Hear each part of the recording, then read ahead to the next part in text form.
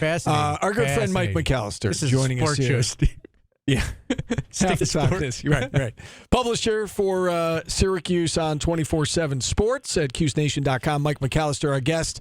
Again, you can watch him tonight on the TV side of things from 7 to 7:30. But we're talking Cuse football on the radio now, Mike. And I guess let's start with the Georgia Tech game over the weekend. Does that change things in your mind at all about that game week 2, about SU's potential record this year? What does that game do, if anything, in terms of changing your ideas about the season?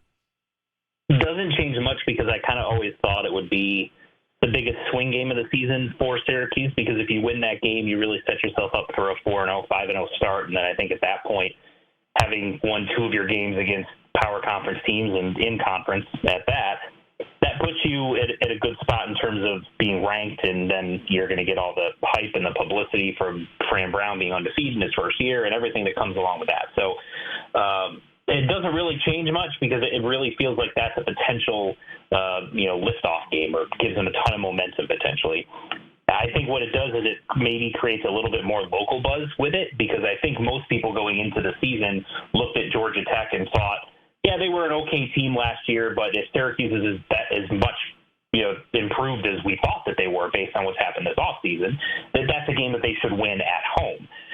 Perhaps there's a little bit less confidence in that, but I think Georgia Tech is going to be ranked when they come to the Dome at this point, and that could create a little bit more buzz, and maybe if there was anyone still on the fence about wanting to go to that game, maybe that gets them there and gets you, potentially a sellout. Yeah, that's where I was going next. Was do you think they will get the bump necessary to get a sellout? And again, what an opportunity this would be if it was a sold out crowd and a ranked opponent coming to town and be Fran Brown's first big test. Do you think they can get the necessary cooperation, I guess, from the community to make it a sellout? I do. Now, part of that might be how they look this weekend, because if they go out against Ohio, and I think it's an Ohio team that most expect Syracuse to be significantly superior to, if you don't play very well in that game and you win something like 20-17 and it looks kind of ugly, then perhaps that takes some of the buzz away and maybe prevents that. But if they go out and win something like 38-10 and they look fantastic on both sides of the ball, then yeah, I think with the buzz and Georgia Tech being ranked and the first big test under Fran Brown, as you mentioned, absolutely, I think that's got a real strong potential to be a sellout. All right. It should be, frankly. It really right. should be. Right. No, I'm with you. Fran Brown's going to address the media here in about 25 minutes. Our assumption is he'll release the depth chart at the same time and kind of go through things. What's the first thing you're going to look for on the depth chart when it's put in front of you? Offensive line. I want to see who the starting 5 is, because it's really curious. Some of the guys that have come in, like Josh Miller, right? He was, as a high school prospect, was listed as a guard. When he was at Georgia, he was a guard. And then when he came here, I believe in the spring, he played some at tackle. So where is he going to be? Demetrius Weatherspoon, there was some talk about whether or not he's a guard or a tackle, although I think he's primarily been a tackle since he's got here. With the fact that they brought in 2 transfer tackles with not only Weatherspoon but also Savion Washington, where does that leave Enrique Cruz? Does he lose a starting spot? Does he slide inside? A lot of questions, I think, along the offensive line, how that group is going to be laid out. So I'm curious how that looks. I'm curious along the defensive line, who's going to be the starting defensive tackles, most notably. And then I'm curious at who's going to be. I think everyone expects Zede Haynes is going to be the number 1 wide receiver and that he's going to be one of the starters, and Trevor Pena will be the guy in the slot. But who's the other wide receiver? Most expected Justice Ross Simmons, I think, once he committed as a transfer. But I think Amari Hatcher has a real chance to earn that spot, so I'll be curious as to who the number 2 wide receiver is. What about the quarterback position? There's been a battle going on in camp for QB2. Who do you think ends up getting it?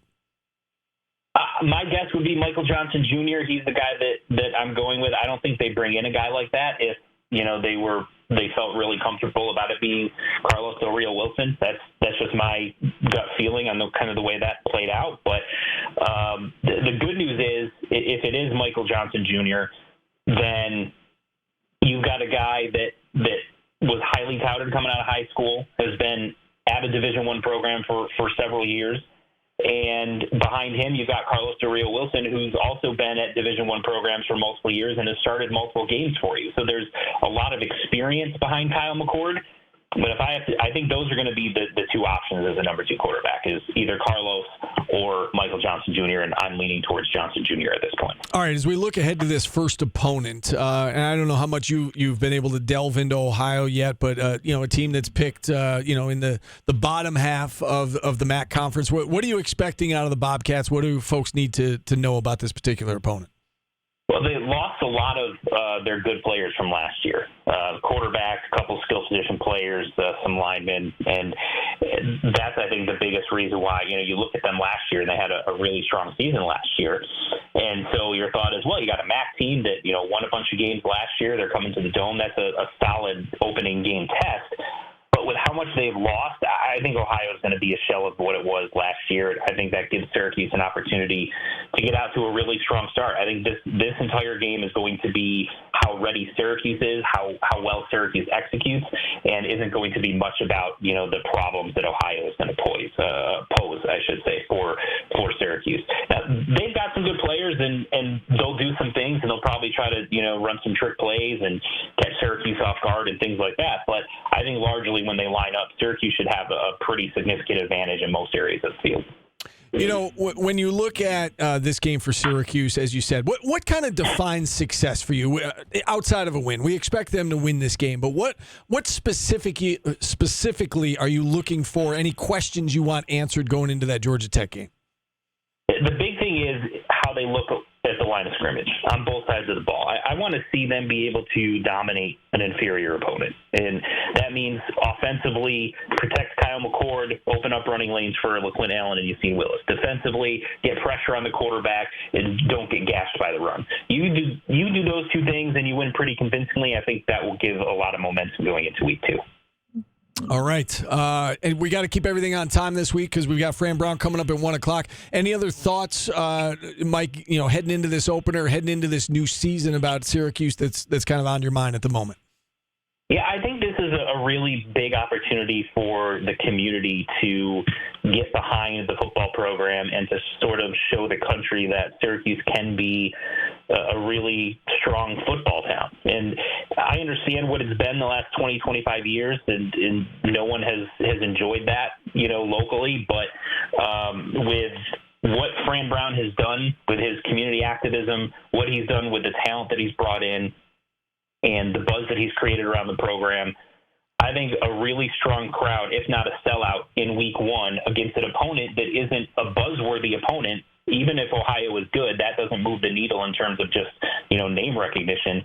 If you show out with a good crowd in week 1, and then you can continue that the rest of the year, I think that gives a lot of people hope for where this program can go, and that when conference realignment continues, Syracuse will end up in a good spot. Yeah, no doubt. And as I mentioned, you'll be on the TV side of things tonight. We will have a depth chart to look at and break down and analyze tonight coming up from 7 to 7:30 on News Channel 9. We'll see you then, Mike. All right, sounds good. Thanks, Steve. All right, Mike McAllister joining us here on the show. Steve. And with that, we'll take a timeout. We'll hit our final segment of hour number 1, and then coming up at the top of the hour, again, stay tuned. We'll carry Fran Brown's press conference live for you on QSportsTalk.com. We'll also carry it on the radio side of things as well, of course. We'll take a timeout here. We're back after this on ESPN Radio.